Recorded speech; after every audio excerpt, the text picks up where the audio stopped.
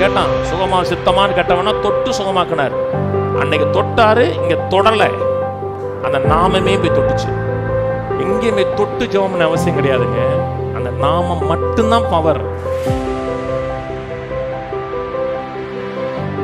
கர்த்தர் எகிப்து தேசத்திலே மோசேயும் ஆரோனையும் நோக்கி, இந்த மாதம் உங்களுக்கு பிரதான மாதம், இது உங்களுக்கு வருஷத்தின் முதலாம் மாதமாக இருப்பதாக நீங்கள் இஸ்ரவேல் சபையார் யாவரை நோக்கி, இந்த மாதம் 10ஆம் தேதியில் வீட்டுத் தலைவர்கள் வீட்டுக்கு ஒரு ஆட்டுக்குட்டியாக ஒவ்வொருவருக்கும் ஒவ்வொரு ஆட்டுக்குட்டி தெரிந்து கொள்ள கடவர்கள். ஒரு வீட்டில் இருக்கிறவர்கள் ஒரு ஆட்டுக்குட்டியை புசிப்பதற்கு போதுமான பேர்களாக இராமல் போனால் அவனும் சமீபத்தில் இருக்கிற அவனுடைய அயல் வீட்டுக்காரனும் தங்களுள்ள ஆத்துமாக்களை இலக்கத்திற்கு தக்கதாக ஒரு ஆட்டுக்குட்டியை தெரிந்து கொள்ள வேண்டும்.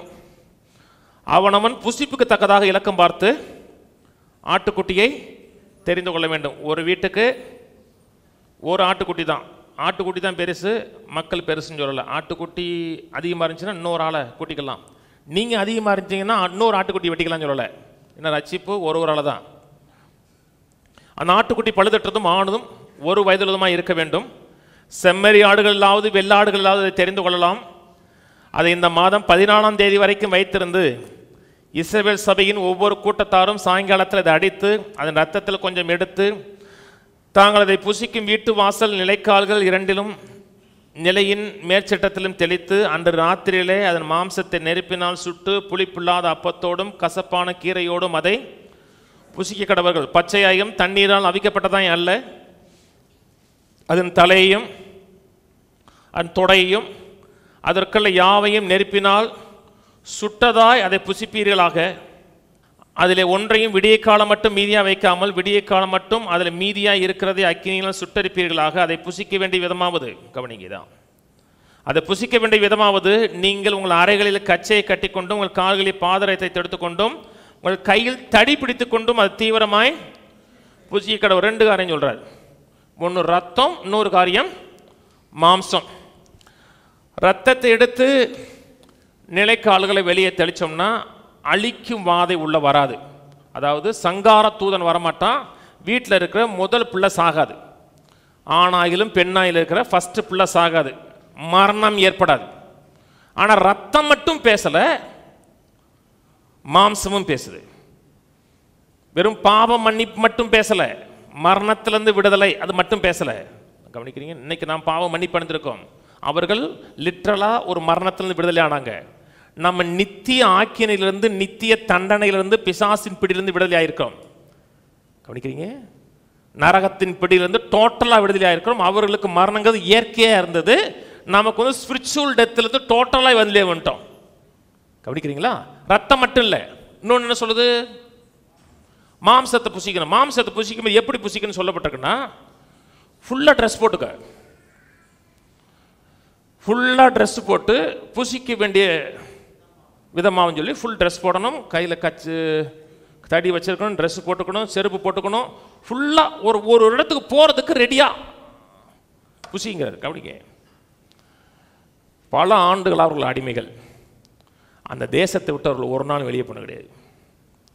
அவங்க அப்பா போன கிடையாது, அவங்க தாத்தா போன கிடையாது, அவங்க கொள்ளு தாத்தா போன கிடையாது. முதல் முறையாக கர்த்தர் வந்து வெளியே போங்கிறார். வெளியே போனால் ஆபிரகாமுக்கு நான் சொன்ன அந்த வாக்கு தத்தத்தை, அந்த கானான் தேசத்தை அனுபவிப்பதற்கு அடிமைத்தனத்திலிருந்து வெளியே போங்கிற. கவனிங்க, இது டைப்பு, இது நிழல், கிறிஸ்துவானவர் நிஜமாக இருக்கிறார். அப்படி தூக்கிட்டு போகிற நேரத்தில் பெட்டுடனாக பலர் இருந்திருப்பான். அவங்களுக்கு நல்ல ஆரோக்கியமான உணவு சாப்பிடலை, செங்கல் சூழலில் செங்கல் இருக்கணும், கொஞ்சோண்டு குறைஞ்சா கூட அடிப்பிச்சிருவாங்க, ஆலோட்டிகளை அடித்து நொறுக்கிடுவாங்க. பகல் முழுக்க வெயிலில் வேலை செய்கிறோம்.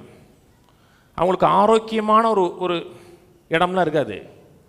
இப்போ நீங்கள் கத்தார் போன்ற கண்ட்ரிலாம் போனீங்கன்னா அந்த லேபர்ஸ்லாம் எப்படி இருப்பாங்க தெரியுமா? அந்த கண்டெய்னர் இருக்கு பார்த்தீங்கன்னா, கண்டெய்னர் செட்டுக்குள்ளே தான் உள்ள இருப்பாங்க. அதனால பரவாயில்ல, நவீன காலம். பகல் முழுக்க வெயில், இரவு முழுக்க குளிர், நல்ல ஃபுட்டு கிடையாது, ஆரோக்கியமான இடம் கிடையாது. பலர் வந்து முதுகு தண்டில் அடி விழுந்திருக்கும், கொஞ்சம் குறைஞ்சா கூட அடிச்சிருவான், கால் உடைஞ்சிருக்கும், பெட்டுடனாக இருக்கான். பலர் வந்து படுத்த படுக்கையாக இருப்பான். எல்லாருக்குமே ட்ரெஸ் போடுங்கிறாரு, எல்லாருக்குமே ட்ரெஸ் போடு, இல்லையே அவங்கள தூக்கிட்டு போக முடியாதுல்ல, அதை பேசாத, ட்ரெஸ்ஸை போடுங்கிறாரு. என்ன நடந்துச்சுங்க? பஸ்கா இரவில் வெளியே வர்றாங்க. பலவீனமான உணவு, நல்ல வசதியான இடம் கிடையாது, அடியும் வேதனை வாங்கினவர்கள். சங்கீதம் 105 போடுமா, 36 போடு. அது மட்டும் இல்லை, அவங்க தேவனையும் கும்பிடலை, அவங்க ஏதோ ஒரு சாமியை கும்பிட்டு இருந்தாங்க இங்கே. அதனால் விசுவாசத்தில் நல்லா இருந்தாலும் அதுவும் சொல்ல முடியாது. சங்கீதம் 105 36, அவருடைய தேசத்தில் தலைச்சான்கள் அனைத்தையும் அவருடைய பெலனின் முதற்பலான யாவையும் சங்கரித்தார். 37, அப்போது அவர்களை வெள்ளியோடும் பொன்னோடு புறப்பட பண்ணினார். அவர்கள் கோத்திரத்தில் பலவீனப்பட்டவன் 30 லட்சம் பேருங்க. 30 லட்சம் பேர் நல்லா ஆரோக்கியமாக இருந்தான் அப்படி சொல்ல முடியாது. நான் அதனால தான் சொன்னேன், அவனோட ஹிஸ்ட்ரி என்னன்னு சொன்னேன். நல்ல உணவு கிடையாது, நல்ல வாழ்க்கை கிடையாது, நல்ல ஃபுட்டு கிடையாது. ஏன்னா அடிமைகள் இவர்கள், சந்ததி சந்ததியாக அடிமைகள். தாத்தா அடிமை, அப்பா அடிமை, சந்ததி சந்ததியாக ஸ்லேவ்ஸ். அவங்க எதிர்த்து பேச முடியாது. பஸ்காவை அனுசரிக்கிறார்கள். மறுநாள் வெளியே வரும்போது 30 லட்சம் பேரும் ஸ்ட்ரென்த்தோடு வர்றாங்க. 30 லட்சம் பேர். அந்த முத நாள் படுத்த படிக்க இருந்தா பார்த்தீங்களா, அவெல்லாம் நடந்து போகிறான். சூப்பர் நேச்சுரலும் அற்புதம் நடக்குது. 100 பேர் சபையில் இருக்காங்க. எத்தனை பேருக்கு வியாதியாக இருக்கான்னா பாதி பேர் சொல்லுவாங்க. 30 லட்சம் பேர் நிழல்லே அப்படி இருக்கான்னா நிஜம் சூப்பராக இருக்கணும். இது இங்கே ரெண்டுமே நடக்குது. இது யாரை குறித்ததுங்க? அந்த ஆட்டுக்குட்டி யாரு? அந்த ஆட்டுக்குட்டி இயேசு கிறிஸ்து. அவர் ஆணா வந்தார், வாலிப வயதில் மரித்தார், பழுதற்ற ஆடாக நமக்காக மரித்தார். நிழலே இவ்வளோ சிறப்பாக இருக்குன்னா நிஜம் சூப்பராக இருக்கணும். வெயில் நடந்து வரீங்க, ஒரு பில்டிங்கோட நிழல் நிற்கிறீங்க, அதே நல்லா இருக்கும். பில்டிங்குள்ளே போனீங்கன்னா அதோட நல்லா இருக்கும். இதெல்லாம் கிறிஸ்துவுக்கு வெளியே. இன்னைக்கு நமக்கு இது கிறிஸ்துவுக்குள்ளே. பாவ மன்னிப்பு உண்டு, சுகமும் உண்டு. அது மட்டும் இல்லை, அதில் ஏழையும் ஒருத்தர் இல்லைங்க.